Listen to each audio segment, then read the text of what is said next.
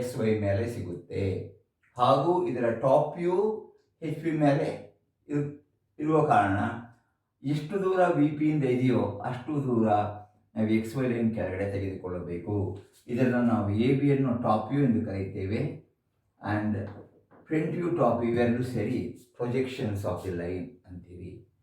ಮತ್ತು ಫ್ರೆಂಡ್ಸ್, ಹಳೆಯ ವಿಡಿಯೋದಲ್ಲಿ ಪಾಯಿಂಟ್ ಪ್ರೊಜೆಕ್ಷನ್ ತೋರಿಸಿದಾಗ ತಮಗೆ ಈ right profile plane, left profile plane ಅಂತ ಹೇಳಿದ್ದೇನೆ. ಸ್ನೇಹಿತರೆ, ಈ ಒಂದು line parallel to on HP parallel to VP ಇದ್ದಾಗ ಫ್ರಂಟ್ ವ್ಯೂನಲ್ಲಿ 100 ಮಿಲಿಮೀಟರ್ ಇರುತ್ತೆ, ಟಾಪ್ ವ್ಯೂನಲ್ಲೂ 100 ಮಿಲಿಮೀಟರ್ ಇರುತ್ತೆ. ಆದರೆ ಇದನ್ನು ಈ ಅಬ್ಸರ್ವರ್ ತಾವೇನು ನೋಡ್ತಾ ಇದ್ದೀರೋ ಈ ನನ್ನ ಕಡೆ ನಿಂತ್ಕೊಂಡು ಹೀಗೆ ನೋಡಿದರೆ ಒಂದು ಪಾಯಿಂಟ್ ಕಾಣುತ್ತೆ. ಆ ಪಾಯಿಂಟು AB ಅಂದರೆ